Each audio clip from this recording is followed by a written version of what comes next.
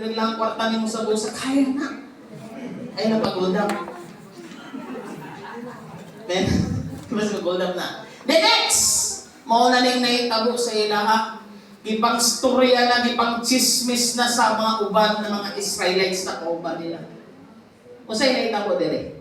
Pag-chismis. Gubot. Mauna yung naitabo sa ilaha. The people nagrebelde ang mga tao tungod kay nagkundi kayo mga tao dito sa magkaw Moses! Punta wala pili mo ginala dili! Kasi ito po sila, muna rin, nagsuryada sila. Naglali sila. Mabuti pang namatay na tayo sa Ehipto.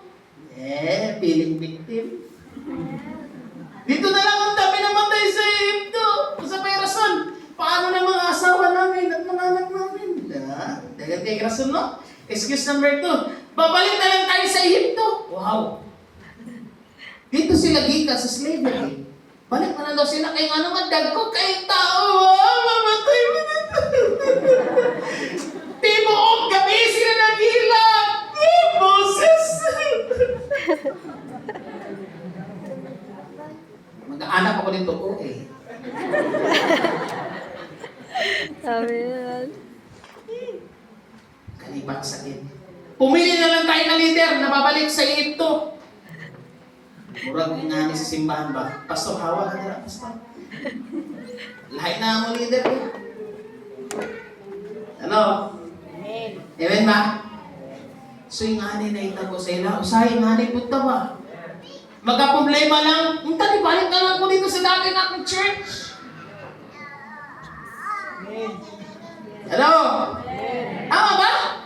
Pag mga problema, usa na may tabo. No, saan man ni akong labanan, dili ko masimba. Usa man ni Lord, akong gani, daga kay Kriston, busy ko sa trabaho. Mauna ang dili ka kadto sa imong destiny because of reasons sa imong ginagawa. Amen. Hello? Amen po ba? So, daga kay Kriston. Next, usay na yung tabo. Tingala sila. Si Caleb o Joshua, gigising ilang mga sina. Gising nila ang mga sina. Wow! Basaw na ito sa number 14, bilang 14. Basta gingon din eh. Lamig tayo. Sina Moses ay nagpatirapak na nakita ang buong bayan dahil sa inagpis. Pinulit ni Josue na anak ni Nun at Caleb ang kanilang mga damit. Sabi nila, mainam ang lupain. Tinignan namin, nindot kayo ang yuta dito. Nindot ang lugar. At sa payagingon, kung malugod natin si Yahweh, ibibigay ng ating lupang iyon na mayaman at sagana sa lahat ng bagay. Una, gingon niya, nindot ang lugar. Pero dapat malugod si Yahweh. Malipay siya sa tuwa. Di nilang di ay naanang promise si Lord na akay himuon na dapat malugod si Lord sa imuha. Ang pagtawag pa nimo sa election, malugod si Lord. Ay, ang anak na ako, nagtawag sa election. Wow! Hello! Nandasan! Hello! Para na malugod ko rin ngayon. Isa ba diha? I have a big gun. Ayaw ka, look. Ayaw na lang gawas. Sa eleksyon. Mag-spy ba dyan ka? Mag-spy na ko. Kaya nga nagawa. Alista na, alista na. Ay, ayaw. Nalista na. O sige, alista na. Ayaw na yun. Amen. So, mag-ingat po tayo.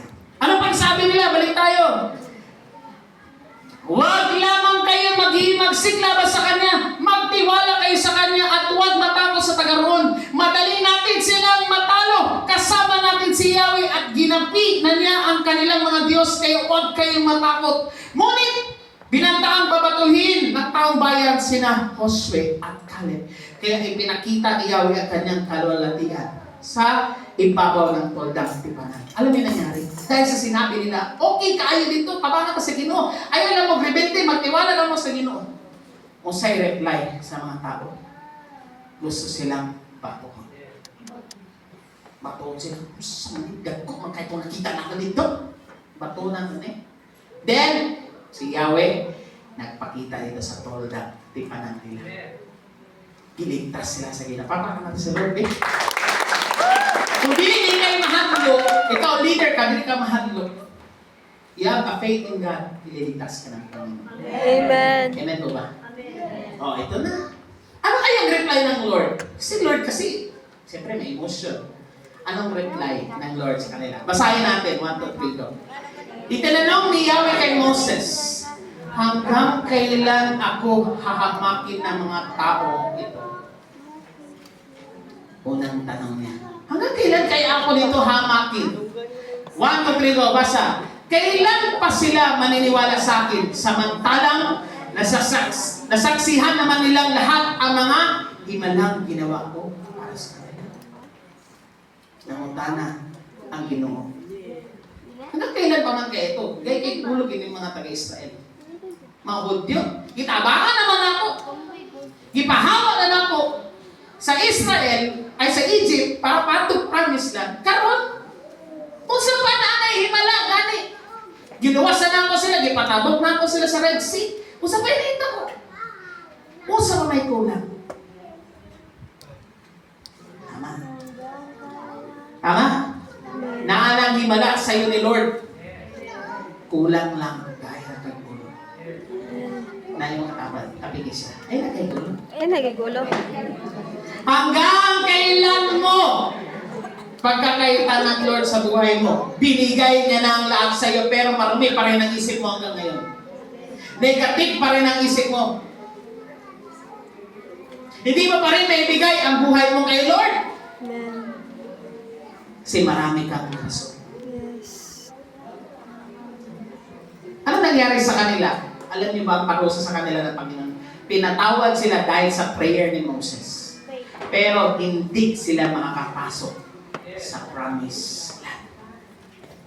Wala sila kasulod tungod sa kagahit sa ulo nila.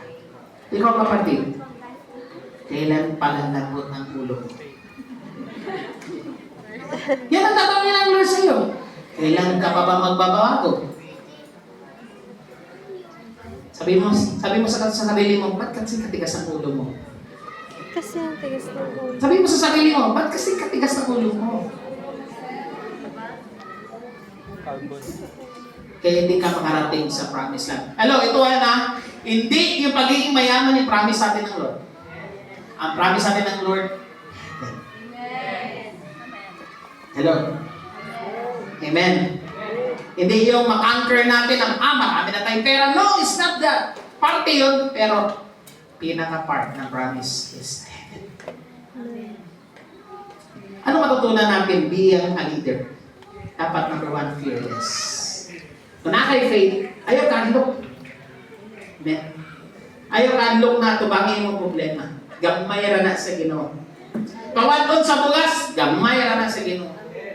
Amen. Our relasyon, pamilya, gamay ra na sa Ginoo. Just be faithful. Next, advance. Kailangan advance ka, katulad ng Caleb at Joshua, advance kayo. At dili kayo natutod. Fearless.